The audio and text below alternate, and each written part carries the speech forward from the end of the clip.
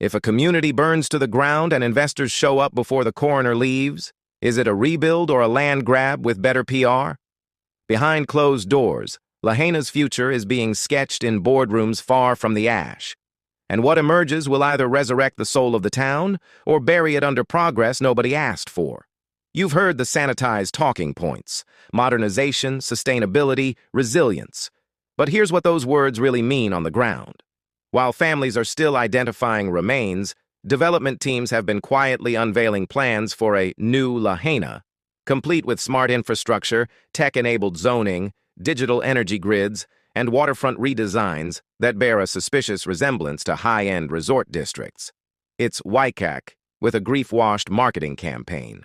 So the question isn't if Lahaina will be rebuilt, it's for whom.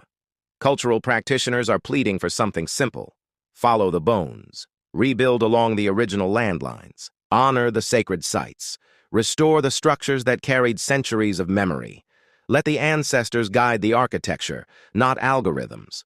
But planning commissions are green-lighting proposals that feel sterile, corporate, and disturbingly disconnected from the town that stood there for generations. Some call it innovation. Others call it colonization with a climate twist. Families are fractured over what comes next. Some want memorials where their kitchens once stood. Some want ancestral building methods restored, not retrofitted. And some want something more radical: the land returned entirely. But here's the part no one can agree on. Who gets final say over what rises from the rubble? Not the governor. Not the planning board. Not even grief gives you a vote unless someone decides it should. Should a town destroyed by tragedy be rebuilt through community referendum?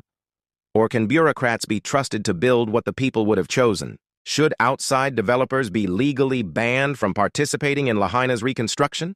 Your voice might be the only thing they can't bulldoze.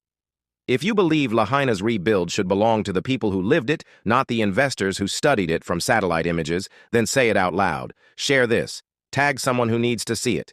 And if you're in Hawaii, show up to the next planning meeting, because the blueprints are already drawn, but they're not set in stone yet, not unless we let them be.